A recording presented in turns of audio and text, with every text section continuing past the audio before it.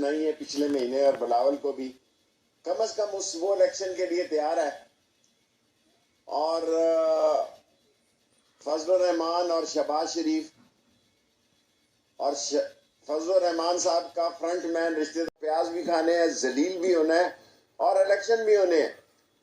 میں عمران خان سے یہ توقع نہیں رکھتا تھا کل جو اس نے تقریر کی ہے. میرے خیالات بڑے میٹنگز میں بیٹھنے یا اس سے ملاقات میں مختلف تھے. کل ایک میں نے بدلا ہوا عمران خان دیکھا ہے جس نے کہا آؤ بیٹھے، معاملات طے کریں، میں سب کو معاف کرتا ہوں اور اس ملک میں اکٹھا الیکشن کرائیں. اور اس ملک میں اکٹھا الیکشن، اس ملک کے جو بہت بڑے ارسطو ہیں وہ بھی کہتے ہیں کہ خزانے کو بڑا نقصان ہے، خزانے کو فلاں ہے. 10 دن آگے 10 دن پیچھے اس ملک میں اکٹھے الیکشن ہونے چاہیے. اور ملک کی حالت یہ ہے کہ آئی ایم ایف کے ایگزیکٹو بورڈ نے بھی پاکستان کو ایجنڈے پہ نہیں رکھا ہوا. آئی ایم ایف کے جو بہت بڑے مامے چاچے بنتے ہیں، جس نے اس پاکستان کو قاتلانہ حملہ ہوا اور عین ممکن ہے کہ دوبارہ ایک اساسینیشن اٹیمپٹ کا پلان مرتب کیا جا رہا ہو. نوٹس میں کوئی گرفتاری کا آرڈر نہیں ہے. اپنے وکلا سے وہ پیش ہوئے، سیکیورٹی رسک لے کر بھی وہ لاہور ہائی کورٹ میں ان کے ہمراہ تھا، وہ پیش ہوئے. ان کی ابھی ڈاکٹرز کی پوری اجازت بھی نہیں ملی تھی، انہوں نے رسک لیا، پہنچے. نوٹس ملا ہے، ہم نے موصول کر لیا ہے اور ہم قانونی کارروائی، لیگل پروسیس کو فالو کرتے ہوئے ہم قانونی کارروائی کریں گے.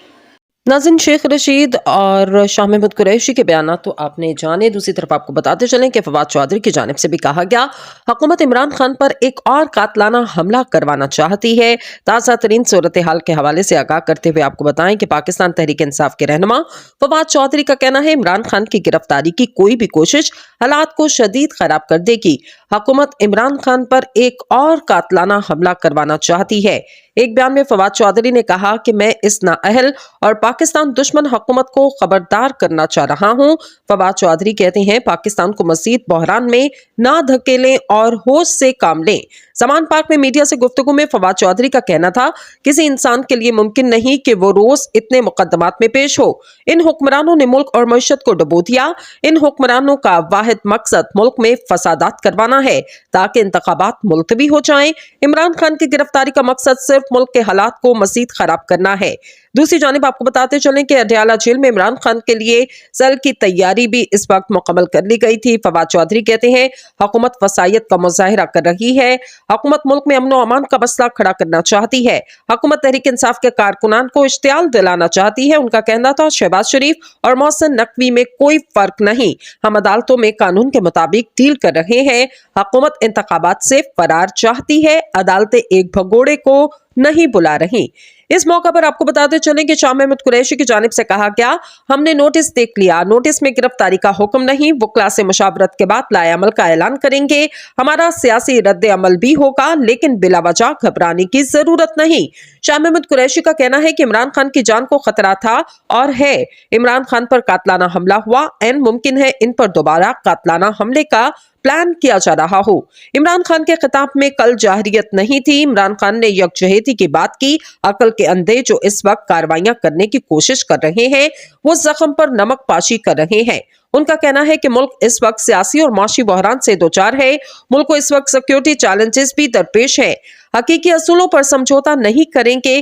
ہمیں صرف سیکیورٹی کے تحفظات ہیں. کسی میں سمجھداری ہے تو ہم خلا پر کرنے کے لیے تیار ہیں. انہوں نے کہا کہ حکومت انتخابات سے فرار چاہتی ہے. 30 اپریل کو پنجاب میں انتخابات ہونے ہیں. یہ حکومت گھبرا چکی ہے. پولیس اور حکومت دونوں کنفیوژن کا شکار ہو چکے ہیں. آپ کو اہم ترین خبر کے حوالے سے آگاہ کر رہے ہیں. آج آپ کو بتاتے چلیں کہ توشہ خانہ کیس میں